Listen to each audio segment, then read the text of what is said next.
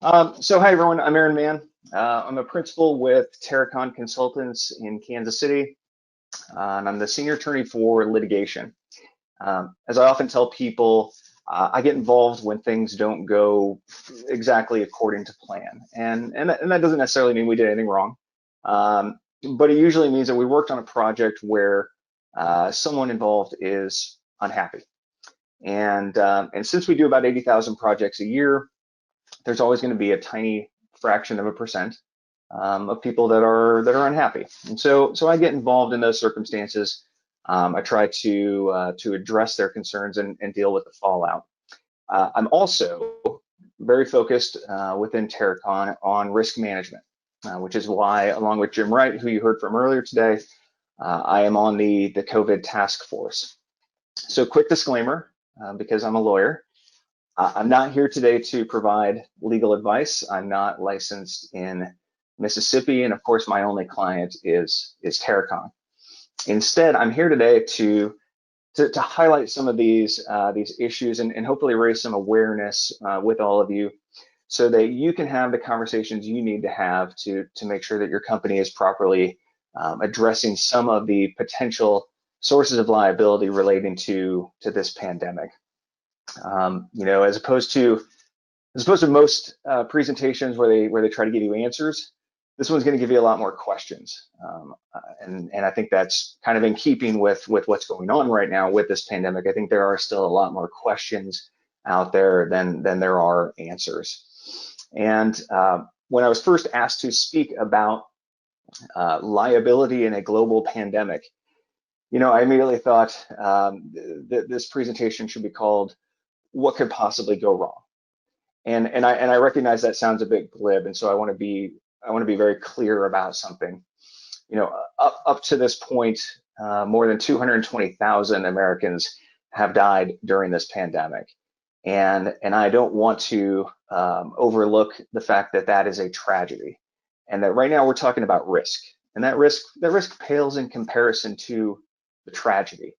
And that risk is actually going to live on long beyond the tragic part of all of this. As a bit of background, I worked in London from 2007 to 2011, and I worked with a team of lawyers who handled insurance and reinsurance disputes that involved Lloyd's of London syndicates. And upwards of 10 years after the fact, they were still dealing with claims relating to the attacks of September 11th.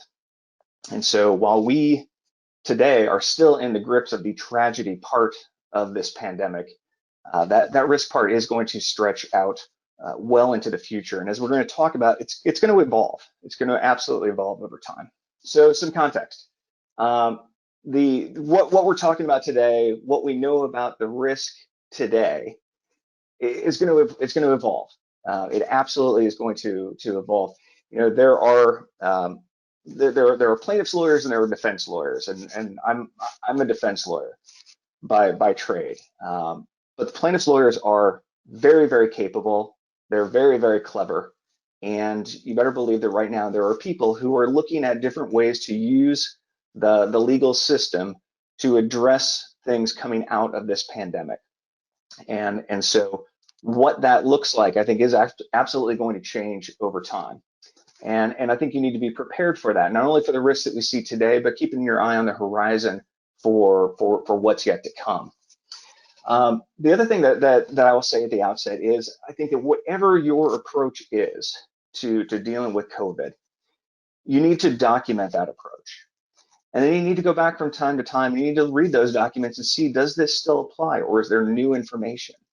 And if there's new information, you need to update that. But I would say also keep those original documents, because the state of our knowledge is going to continue to change. But I think you need to document where you are at different points in history. And think about how much has changed over the past 7 months. On March 11th, I went to the office. I interacted with my coworkers face to face, and the next day I was supposed to go on a family trip to Argentina. And it just so happens that was also the day that the World Health Organization declared COVID-19 to be a global pandemic. And we knew about COVID. I say we, me and my family, we knew about COVID, but we weren't terribly concerned about it. If I'm being honest, we knew that there were more cases of COVID in Omaha, Nebraska, which is about a 3-hour drive from here, than there were in all of Argentina. And so in a weird sort of way, we thought, hey, maybe it's safer to actually travel during this weird period in history. That also could have just been, me rationalizing the fact that I kind of wanted to go to Argentina. But that's what we were thinking. And that later that day, that afternoon, the government of Argentina said, we're closing our borders to American visitors.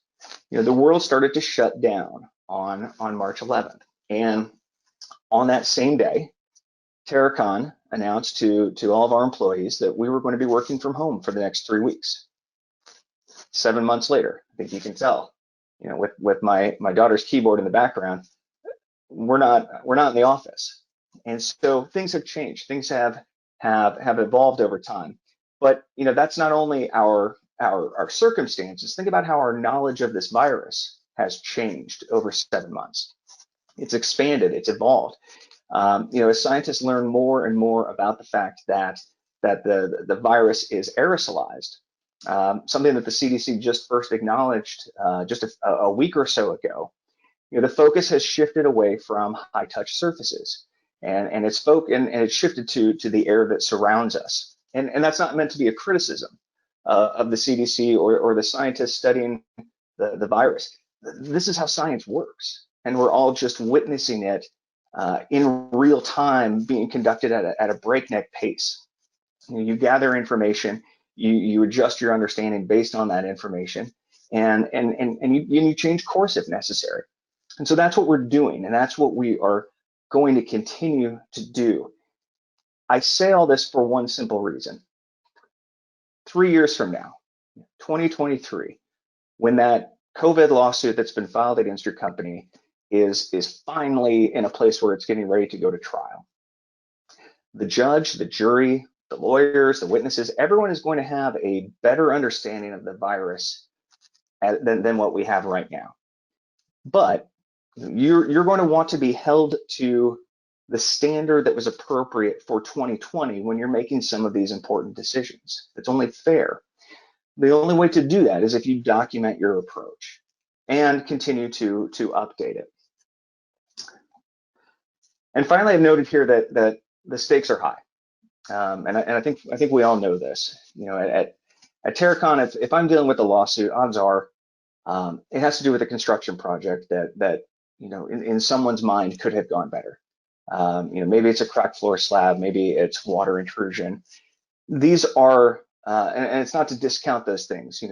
People who build buildings should get a good quality product, and I know that we deliver a good quality product.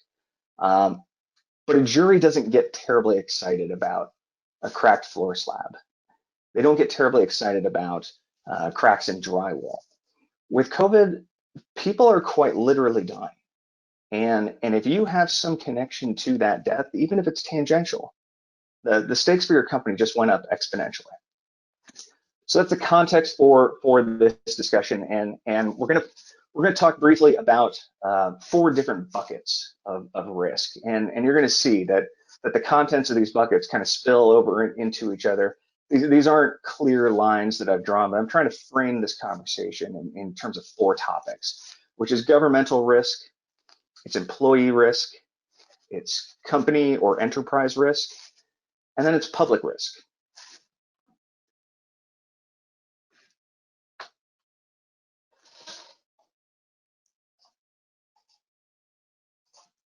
There we go. So with governmental risk, for the time being, I would say that governmental risk has evolved more than any of these other buckets of risk in a very short span of time.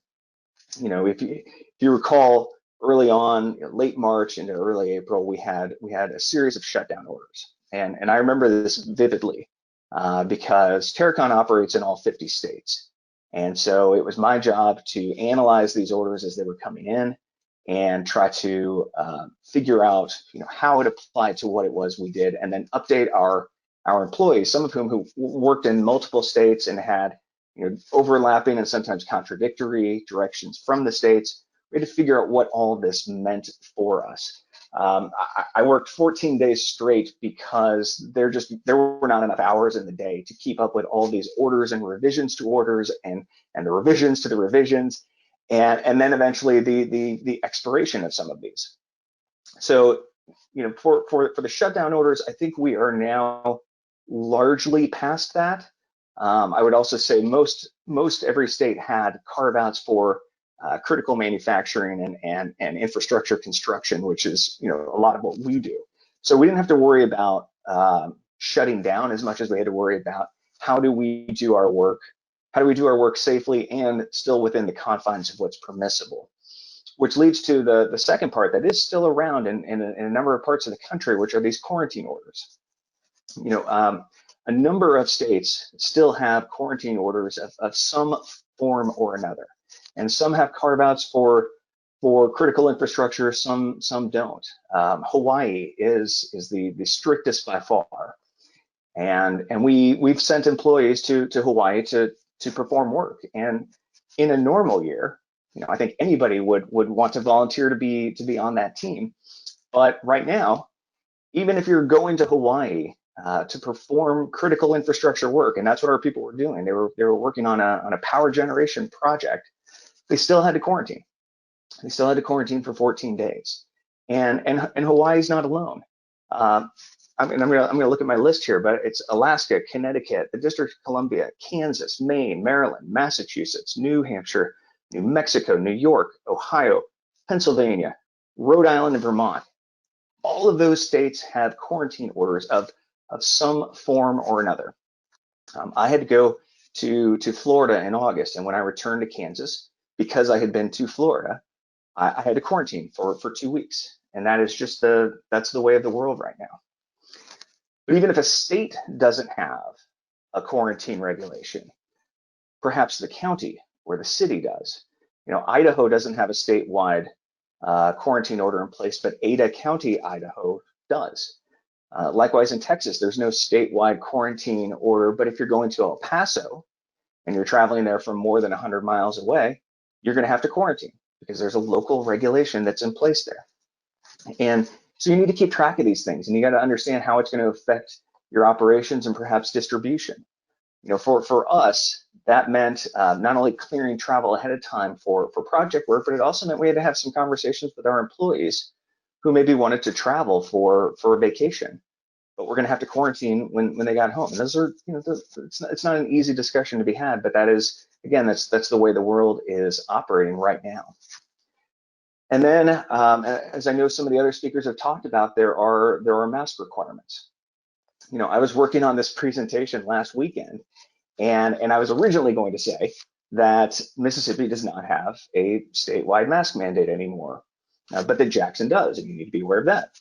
Well, of course, since Monday, as I'm sure you all know, there's now a requirement that for 9 counties within the state, and this is a statewide, this is an order coming from the governor's office, for these 9 counties, you need to wear a mask.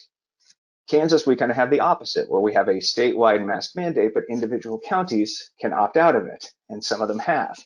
So, in the absence of a national approach, we have 50 different states and hundreds, if not thousands, of counties and cities all trying to forge their own path, and you need to keep on top of that to the best of your ability.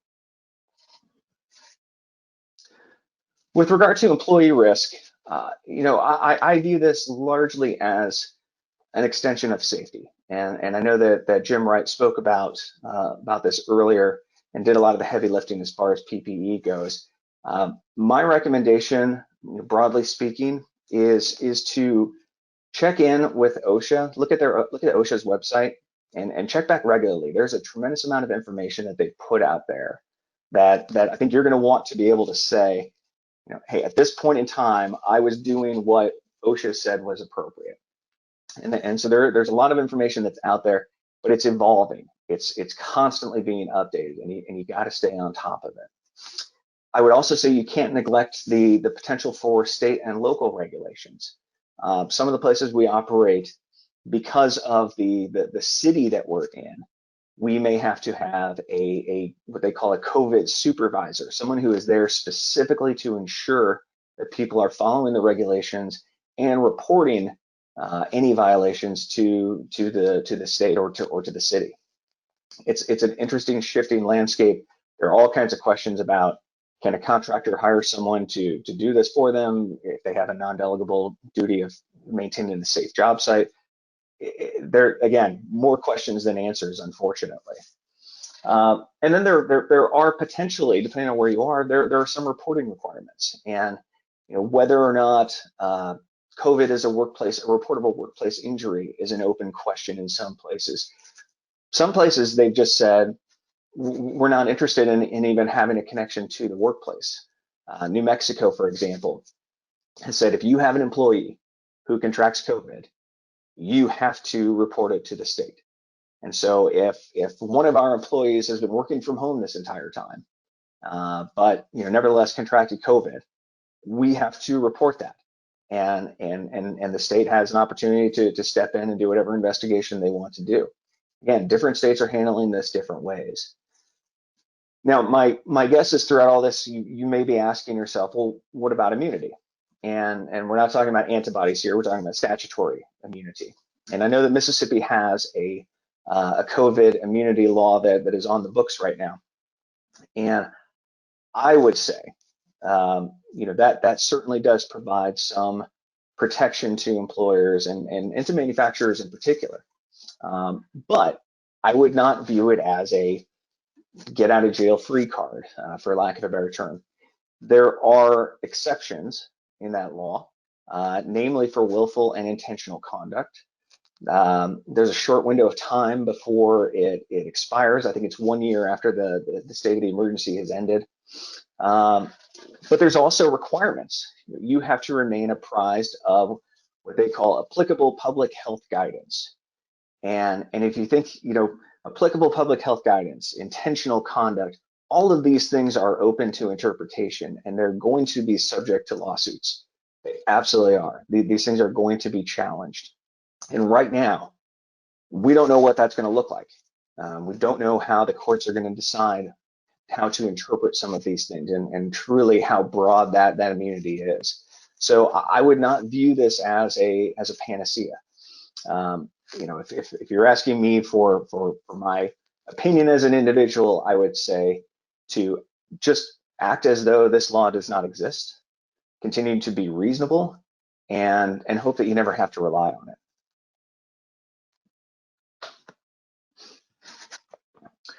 With regard to company risk, to the third bucket, I have up here force majeure, and if you're not familiar with the term, a force majeure clause in a contract is also known as kind of the act of God provision. So it's if there's a natural disaster, if war is declared, if there's a riot, or if there's an act of God, then you can walk away from your contract without having to pay damages. It's broadly what it means. At the outset of this pandemic, there was there were a lot of people, particularly in the legal community, who were saying there was going to be an onslaught of people walking away from their contracts. They were all going to use force majeure. There was going to be a tsunami of litigation about how to interpret these force majeure clauses. And I sat in on seminars and was trying to kind of learn about this on the fly, because it's really something you talk about in law school and then you never really see in the real world. That has not happened. At Terracon, we've started about 50,000 new projects since March, and to my knowledge, we've not had a single one where the project was terminated for force majeure reasons. I've used that clause one time. We were going to have our principals meeting. We were going to bring in all of our principals from around the country to Kansas City. We were all going to stay in this beautiful new hotel that was just completed downtown at honestly the worst possible time, and we were going to have our meeting. Well, with everything that's going on, that did not make sense. We didn't think we could do it safely, and so I went to the hotel and said, we have this provision in our contract that says, among other things, declared war, natural disaster, things like that. But it said if there's a CDC level 3 travel advisory for the city, then you can walk away from the contract. Well, there's a CDC level 3 travel advisory for the entire world right now. So we use that, one time to get out of one contract. But the fact of the matter is, I think most people, they want to keep working. They want to honor their agreements. They want to keep being productive. So I don't think that fear that was there at the outset, I think that has evolved now. I think that's become a lesser fear, but it's one that still has to be addressed, and we've addressed it in a different way. So we've gone back to our form contracts, and we've made some changes to address COVID and the possibilities for job sites getting shut down, people having to quarantine, maybe have to do some cleaning at the site, and the project gets shut down for a couple of days. We built all of that into our contract to basically say, if these things happen because of COVID, then we have the ability to take longer, whatever the case may be, without there being damages assessed. So I'd recommend, talk to your lawyer, look at your contract, see if there are things that you need to build in to accommodate for the unknowns right now. And I call them unknowns, but the reality is a force majeure clause, that kind of is that's the purpose. It's this big unknown. You don't know if war is going to be declared. You don't know if there's going to be a natural disaster. We now know that there's COVID, and we now know largely what impact that may have on your workforce and your availability to deliver products. So it needs to be, I think, explicitly addressed, and that's what we've done. Because going into the third point, you may very well have the potential for outbreaks at your office or at your manufacturing plant, and that has happened. As we all know, there have been some pretty large-scale outbreaks, particularly meatpacking facilities are the ones that come to mind. But then there are others where they're kind of a hybrid of a workplace for some and residential for others. So if that's nursing homes, universities, and in all honesty, prisons. It's not residential by choice, but it's still residential, and you have your workforce there as well. And so with all of these, the big question is, are you protecting the people within that plant, within that office? And at the same time, are there members of the public that can come in? Now, meatpacking plants, I think, are a perfect example of that's a pretty closed universe. You don't have members of the public walking through a meatpacking plant. Nursing homes, they changed to become a closed system. I say that having visited my grandmother's window since March. I'm not allowed in, and I get it. They're doing what they think is the best possible way to protect the residents. And universities are trying to kind of have it both ways, where they want to be a bubble, but they know that you've got people coming and going. So it's a little different. The farthest example, I would say, the one that makes me the most concerned if I was in this business, is if I operated a health club and I had people on treadmills and they're breathing heavily and they're taking their masks off to take drinks of water and things like that. I'd be very, very concerned about the possibility of someone contracting COVID at my business. I'd be very concerned about what that could potentially lead to. So you're not only looking out for your employees, but I think, again, once you start introducing the public element to this, it's only going to become riskier. And finally, I have up here, you need to focus on the relationship that you have with your insurer. And I would say no one, when they were writing policies in 2019, thought of this potential risk. Certainly did not think it was going to be as great as it's turned out to be. Now, things are very, very different, and the insurance market has absolutely evolved. We had our renewal meetings with some of the syndicates, some of the Lloyd syndicates in London a few weeks ago, by Zoom, obviously, and every single one of them wanted to know, what is our company doing to address COVID from a safety perspective, but also what products and services are we offering to the public? Because again, for them and for me as well, that's the big unknown, is the public. And so we had some pretty detailed discussions with them, and and again, from the insurer standpoint, they want to know, truly what the risk is that they are insuring. If you're the distillery that that's now making hand sanitizer, or you're the auto parts manufacturer that's now making ventilators, everybody is impressed by these businesses and their ability to pivot. But I would say, don't pivot without talking to your insurer first.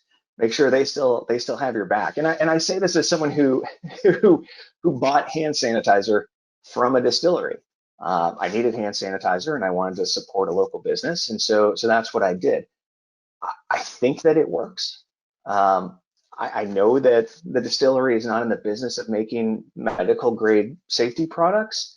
All I know is I haven't gotten sick, and my hands often smell like gin. But they've they've pivoted, and again, I think it's laudable. Just make sure you're doing it in a smart way. Make sure that your insurer has your back, because whether we're talking about products or we're talking about COVID related services, the public risk, in my mind, this is the biggest unknown. This is the scariest piece for me, because there have been some COVID lawsuits. They've already started. No one knows what that's going to look like. They haven't gone through the process. They haven't either been dismissed, or the statutes haven't had a chance to really become interpreted such that you've got good case law, that you could have a sense of predictability, which is what the law is intended to give you. We don't have that right now. We have, as I said, we have more questions than we have answers. And so, if you're offering COVID related services, or you're offering COVID related products, you're putting yourself out there. And that's not to say you shouldn't do this. Again, I'm not your lawyer, but you should recognize the risk that's involved in doing that. And I'm reminded of something I saw on LinkedIn, and my LinkedIn feed is honestly weird at times. I've got lawyers, I've got engineers, I've got expert witnesses, people I know from different countries, and so I never really know what it is I'm going to see on LinkedIn. And there was a time where I was scrolling through, and there was a company that was talking about its cleaning services, and they showed one of their employees in a hazmat suit, kind of like what these two are wearing, and going through an elementary school, through a classroom with a fogger. And they were talking about how they're cleaning and disinfecting these schools to get them ready for reopening. The comment section was absolutely brutal. There were people that were saying, this is not the state of the art. This is not effective. You're not doing anything of value right now. And what are the chemicals that you're using and purposefully putting into the air in an elementary school, which is just about the highest risk place you can do work. And all of that spoke to me, and I'm sitting there and I'm thinking, again, because we have so many unanswered questions, if you're putting yourself out there as the person who can solve this crisis, I think you need to be careful. And I say that as being part of a company that has the ability to do some of this, certainly air quality monitoring work. Terracon has a very significant industrial hygiene practice. We have the ability to go and to test air samples and to take surface samples from, say we're hired to go into a mall and test the air and test some of the railings, things like that. We can do that, and we can do that well. The problem is, let's say we go in on a Sunday night and we take those samples and we don't find any trace of COVID in either the air or the surface samples that we've taken. Does that mean that the mall doesn't have COVID anywhere in it? No, it doesn't. They're samples for a reason. More importantly, does it mean the mall's not going to have COVID in it Monday when it opens the doors and lets the public in? No, it really doesn't mean that. And that's the big concern. We test for mold, we test for asbestos, we test for lead-based paint. People don't bring mold into the mall with them. They don't exhale asbestos fibers into the air when they come in on Monday morning. This virus is very, very different in that regard. And so my concern is, while we can do these things, what is what's the takeaway from the client standpoint? You know, because again, we can't guarantee that Monday morning that things aren't going to change dramatically, because it's not a closed system. And so whether you're talking about services or products, you know, again, whether it's the distillery that's doing hand sanitizer, or the car manufacturer who's doing ventilators right now, I'm not saying don't do it. What I'm saying is do it the right way. Do it with be diligent about that decision to move into these areas, because this public risk, at least in my mind, it is the biggest unknown, and it's going to be years, I think, before we have some real clarity in terms of what it is, how that risk is going to develop. So I told you at the beginning, there were going to be more questions than there are answers. But I think if you keep your focus on doing what's reasonable, I think if you continue to check in with those who have the expertise, and if you document and update your approach, then I think you're going to be best positioned to deal with all of the unknowns that come along with this. So I've checking time here. I think I've run a little bit late, but I'll certainly answer any questions if there are any, but I appreciate the opportunity to share today.